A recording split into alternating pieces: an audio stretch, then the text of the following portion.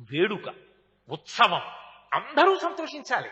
అసలు ఆ సంతోషంలోంచి ఐక్యత పుడుతుంది, సంతోషంలోంచి శాంతి పుడుతుంది, సంతోషంలోంచి మనమందరం ఒకటే అంటే తప్పుని క్షమించగలిగిన ఔదార్యం పుడుతుంది. వారు వేడు నేను వేరంటే తప్పు క్షమించడు. మనం ఒకటే అంటే పోన్లేరా ఏదో చేశాడు అంటాడు. ఆ సంతోషం సభలో మగపెళ్లి వారికి ఆడపెళ్లి వారికి కలిగి మనందరం ఒకటే అన్న భావన రావాలి. అందుకే ఇక ఆ తర్వాత మంత్రం ఉండదు, వేడుకగా పోసుకుంటారు, సంతోషంగా పోసుకుంటారు. అప్పుడు ఇటువైపు పిల్లవైపు బంధువులు, అటువైపు పిల్లాడి వైపు బంధువులు వచ్చి పోసెయ్యి పోసెయ్యి అని వీళ్ళు అంటారు. రే నువ్వు పోసెయ్యి అని వాళ్ళు అంటారు. ఏదో ఈయన ఆవిడ మీద పోస్తాడు, ఆవిడ ఈయన మీద పోస్తుంది, అందరూ పెద్ద ఏదో కోలాహలం. ఈ పోయడంలో ఆయన కొంచెం పొడుగైన వాడు అనుకోండి పెళ్లి కొడుకు, చటుక్కున ఆయనకి చేతులు కాస్త పొడుగ్గా ఉన్నాయనుకోండి, ఆయన ఇలా దూరంగా కూర్చుని ఆవిడ మీద పోసేసి తాను ఇలా కూర్చుంటాడు. పాపం ఆవిడ ఇంత పొడుగైన చేతులు కావు, ఈ బియ్యం తీసుకుని ఇలా పోద్దామంటే ఆయన తల అందదు, కొంచెం సిగ్గుపడి ఊరుకుంటుంది ఎలా అని. అప్పుడు పెళ్లి కొడుకు తండ్రి పక్కపక్క నవ్వి మీసం మెలియకూడదు, వీధికి మీదకి వచ్చి మెడ పట్టి పెళ్లి కొడుకుని ఉంచి పోయించుకోరా కోడలతో అనాలి. అది మామగారంటే, అది ఐకమత్యత అంటే. అప్పుడు మరి మామగారు రాకపోతే ఎవరు వస్తారు? అప్పుడు కోడలు అనుకుంటుంది మా మామగారు చాలు, నాకు నా జీవితం అంతా భద్రతే, ఆయన కాపాడతారు, తండ్రి కన్నా గొప్పవాడు నా మామగారు అయ్యాడనుకుంటుంది. అంత వేడుక, అంత ఉత్సాహం, అంత పూనిక, అంత భద్రత కల్పిస్తుంది. అందుకుని తలంబ్రాల క్రతువు వచ్చింది. ఇంత గొప్ప తలంబ్రాల కార్యక్రమం ద్వారా వధూవరుల మధ్య ఒక రకమైనటువంటి ఐక్యతాభావనని స్థాపన చేస్తారు. ఇది ఇక్కడ కాదండి, దేవతా కళ్యాణాల్లో చెప్పారు. శ్రీకృష్ణ కర్ణామృతం చేస్తూ లీలాశుకుడు ఒక అద్భుతమైన మాట అంటాడు. రుక్మిణీకృష్ణులు ఇద్దరూ ఎదురెదురుగుండా కూర్చున్నారు. ఎంత రుక్మిణీకృష్ణులైతే మాత్రం, వాళ్ళు ఎంత దేవతలైతే మాత్రం, కళ్యాణం దగ్గరికి వచ్చేటప్పటికి ఆవిడనోసారి చూడాలని ఆయనకుండదా, ఆయన్ని చూడాలని ఆవిడకుండదా? కృష్ణుడు పెళ్లి కొడుకు కాబట్టి ఏదో ఇటు చూసి బ్రహ్మస్థానం శర్మగారితో మాట్లాడినట్టు ఒకసారి ఇలా చూసి ఇలా తల తిప్పుతూ రుక్మిణీదేవిని చూసుకుంటున్నాడు. కానీ మరి ఇంతమంది చూస్తున్నారు, ముగ్ధ ఆవిడ అలా స్వతంత్రంగా పాపం ఆయన్ని ఎలా చూస్తుంది? అలాగని చూడకుండా ఉండగలదా? చూడకూడదని అనుకుంటుందా?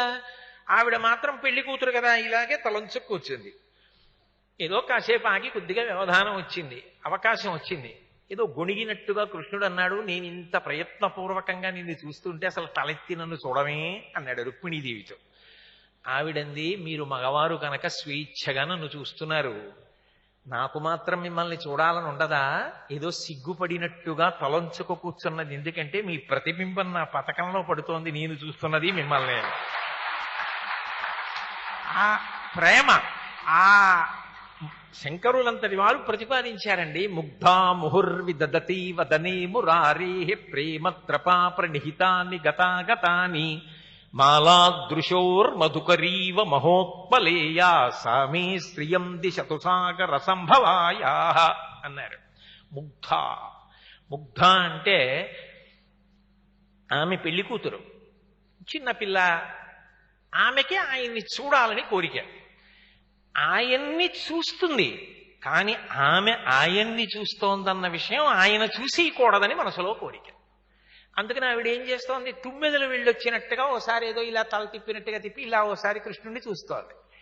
ఇలా ఓసారి చూస్తుంటే ఆయన అలాగే ఒకసారి ఇలా చూశాడు, ఇద్దరి చూపులు కలుసుకున్నాయి. నేను దొంగతనంగా చూస్తున్నానన్న విషయాన్ని ఆయన చూసేశాడన్న విషయం తెలుసుకున్న రుక్మిణీదేవి బుగ్గలు ఎరుపెక్కిపోయాయిట. ముగ్ధా ముహుర్విదదతి వదనే మురారే ప్రేమత్రపా ప్రణిహితాని అగతాని. వెళ్ళి వస్తున్న నీ చూపులున్నాయే, అవి ఎలా ఉన్నాయంటే అమ్మా తుమ్మెదల బారులు తిరుగుతున్నట్టుగా ఉన్నాయి. అంటే అంత ఐకమత్యం, ఆ ఆప్యాయత వాళ్ళిద్దరి మధ్య సిద్ధించాలి. దానికోసం తలంబ్రాల ఘట్టం. అంతేకాదు వాళ్ళ అభ్యున్నతి కోసం ఈ మూడు విషయాల్ని ప్రధానంగా తలంబ్రాలలో ప్రతిపాదన చేస్తారు. ఏవి పోసుకోవాలో అవి పోసుకోవాలి. బియ్యం పోసుకుంటారు, పువ్వులు పోసుకుంటారు, ముత్యాలు పోసుకుంటారు. జనక్యాహ కమలామలంజలి పుటేయాహ పద్మరాగాయితాహ న్యస్తారాఘవమస్తకీచ విలసత్కుంద ప్రసూనాయితాహ స్రస్తా శ్యామల కాయకాంతి కలితాయ ఇంద్ర నీలాయితాహ ముక్తాస్తా శుభదా భవంతు భవతాం శ్రీరామ వైవాహికాహ. ఏమి శంకర భగవత్పాదుల దర్శనం నిజంగా. మహానుభావుడు ఆ ముత్యాల తలంబ్రాలు సీతారాములు పూసుకుంటుంటే ఎంత అందంగా ఉంటుందో వర్ణించారు శంకరాచార్యుల వారు. అటువంటి తలంబ్రాల ఘట్టం. అలాగే సుముహూర్తము అని. సుముహూర్తము అంటే తారాబలం, చంద్రబలం, లగ్నబలం మూడిటిని చూసి వధూవరుల యందు భావన సమైక్యత కలగడం కోసం, అదేవిధంగా ఇద్దరూ కూడా జీవితంలో అభ్యున్నతిని పొందడానికి మొట్టమొదటిసారి ఒకరిని ఒకరు ఏ సమయంలో చూసుకోవాలి అన్నది లెక్క కడతారు. ఆ లెక్క కట్టడానికి జ్యోతిష శాస్త్రాన్ని ఆధారం చేసుకుని అనేక ప్రమాణములు తీసుకుంటారు. ఏదో కను రెప్ప ఇలా పడిందనుకోండి దాన్ని నిమేషము అంటారు. అలా 18 మాటలు పడిందనుకోండి కాష్ఠ అంటారు. 30 కాష్టలు అయ్యాయనుకోండి ఒక కళ అంటారు. 30 కళ్ళు అయ్యాయనుకోండి ఒక ముహూర్తము అంటారు. ఒక ముహూర్తంలో తారాబలం, చంద్రబలం, లగ్నబలం మూడు ఇద్దరికి సరిపోయేటటువంటి కాలము ఎంతసేపు ఉంటుందో అంతసేపట్లో దాన్ని లెక్క కట్టి తీసుకొచ్చి సుముహూర్తం అంటారు.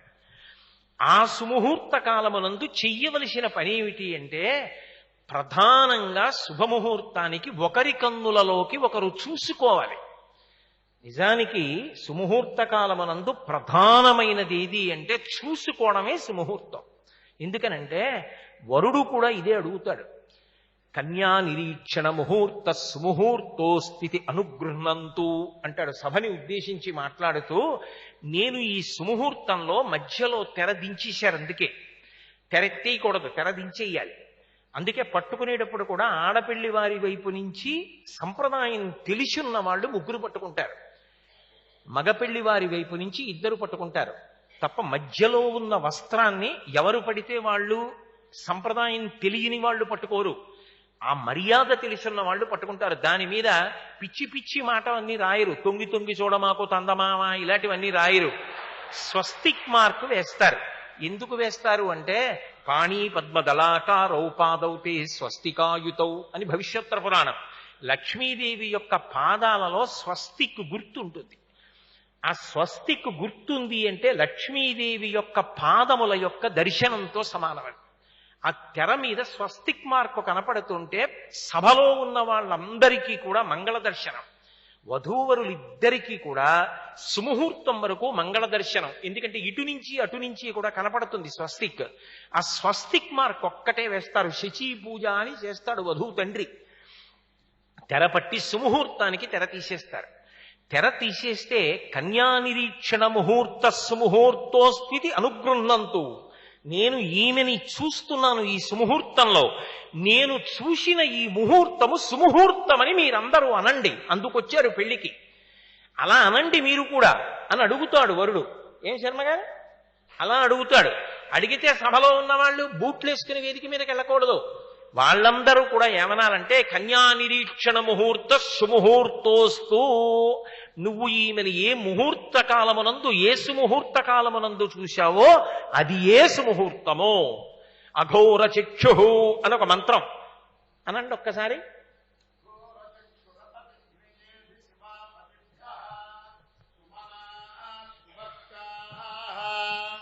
జీవసూర్దేవకామాస్యో నాశన్నో భవతు ద్విపదే చతుష్పదే. అఘోర చక్షు, నేను నిన్ను ఇప్పుడు చూస్తున్నటువంటి ఈ శుభప్రదమైనటువంటి సుముహూర్తం ఏదున్నదో అది సుముహూర్తమై మనిద్దరం కూడా దీర్ఘాయుష్మంతులమై ధార్మిక మార్గంలో సమస్త సంపదలతో అభ్యుదయ మార్గంలో ప్రయాణించదముగాక. అంటే చూడడం ప్రధానం ముహూర్తానికి.